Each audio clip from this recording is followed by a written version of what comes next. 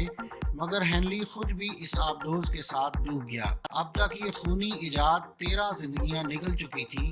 مگر union forces پر فتح پانے کے لیے بے قرار کنفیڈریٹ ریاستوں کے لیڈرز نے تیسری بار پھر اس آبدوز کو استعمال کرنے کا فیصلہ کیا اور 1864 میں ایک جہاز کو تباہ کرنے کے مشن پر بھیجا گیا۔ نیول ہسٹری کی تاریخ میں پہلی بار اگرچہ اس آبدوز نے اس جہاز کو تو کامیابی سے تباہ کر دیا، مگر واپسی کے سفر میں ایک بار پھر اپنے تمام عملے سمیت ڈوب گئی۔ اس طرح سے اس ایجاد نے اپنے موجد سمیت کل 22 افراد کی زندگیوں کا خاتمہ کیا۔ ناظرین، جب سے انسان نے جہاز ایجاد کیا ہے، سائنسدان ایسی گاڑیاں بنانے کی خواہش رکھتے ہیں جو بیک وقت سڑک پر چل سکے جبکہ ہوا میں بھی جہاز کی طرح اڑ سکے۔ ذرا سوچیں کہ اگر ٹریفک جام کی صورتحال میں آپ کے پاس ایسی گاڑی ہو جو اڑ کر وہاں سے نکل جائے تو آپ کتنی بڑی ذہنی کوفت سے بچ سکیں گے اور کبھی کسی میٹنگ میں لیٹ پہنچنے کی شرمندگی بھی نہیں اٹھانا پڑے گی۔ یہی وجہ ہے کہ ہنری سملنسکی نامی ایک پولش امریکن انجینئر نے اس خواب کو پورا کرنے کے لیے ایک کمپنی بنائی جس نے ایک ایسی گاڑی کا پروٹوٹائپ بنایا جو روڈ پر چلنے کے ساتھ ساتھ اڑنے کی صلاحیت بھی رکھتی تھی۔ ایک فورڈ گاڑی میں سیسنا انجن لگا کر اس کو تیار کیا گیا تھا۔ گاڑی کو اندر سے ایسا رکھا گیا تھا کہ اس کے کنٹرولز ڈرائیور کے لیے سڑک پر اور فضا میں یکساں طور پر کارآمد ہوں۔ سٹیئرنگ کے استعمال سے ہی گاڑی کو فضا میں بھی گھمایا یا اوپر نیچے لے جایا جا سکے۔ ابتدائی طور پر اس کو 12,000 فٹ کی بلندی تک 130 میل فی گھنٹہ کی رفتار سے قریب 1,000 میل تک اڑنے کی گنجائش والا بنایا گیا تھا، جبکہ کمپنی نے اس کی قیمت کا اندازہ اس وقت 18,000 سے 29,000 ڈالر کے درمیان لگایا تھا۔ اگرچہ جہاز اور گاڑی کی ملی جلی یہ شکل اتنی بڑی تھی کہ اسے پروں کے ساتھ سڑک پر نہیں چلایا جا سکتا تھا، انجینئرز نے اس کا حل یہ نکالا کہ اس کے پروں کو گاڑی سے الگ کیا جا سکتا تھا اور ضرورت پڑنے پر دوبارہ گاڑی کے ساتھ جوڑا جا سکتا تھا۔ سن 1973 تک گاڑی کے 2 پروٹوٹائپس تیار کر لیے گئے تھے، جبکہ 3 تیاری کے مراحل میں تھے، مگر ابتدائی ٹیسٹ فلائٹس میں گاڑی کا رائٹ ونگ ٹوٹ کر الگ ہو گیا اور کریش سے پائلٹ کی موت ہو گئی۔ ڈیزائن کو مزید بہتر کیا گیا اور تبدیلیوں کے بعد اب یہ دوبارہ ٹیسٹ فلائٹس کے لیے تیار تھی، مگر سابقہ شہرت کی بنا پر پائلٹ ملنے میں دشواری ہو رہی تھی، جس پر ہنری نے خود اس کو اڑانے کا فیصلہ کیا، مگر بدقسمتی سے ایک بار پھر رائٹ ونگ ٹوٹ کر الگ ہو گیا اور کریش میں ہنری اور اس کا اسسٹنٹ موت کے منہ میں چلے گئے۔ بعد ازاں ہونے والی تحقیقات میں یہ بات سامنے آئی کہ گاڑی کا وزن زیادہ تھا اور اس کا ڈیزائن اڑان کے لیے نامناسب تھا۔ سواریوں اور فیول کے بغیر بھی اس کار کی اڑان خطرناک تھی، جبکہ ونگز کو الگ کیے جانے کے خیال سے ان میں جو تبدیلیاں کی گئی تھیں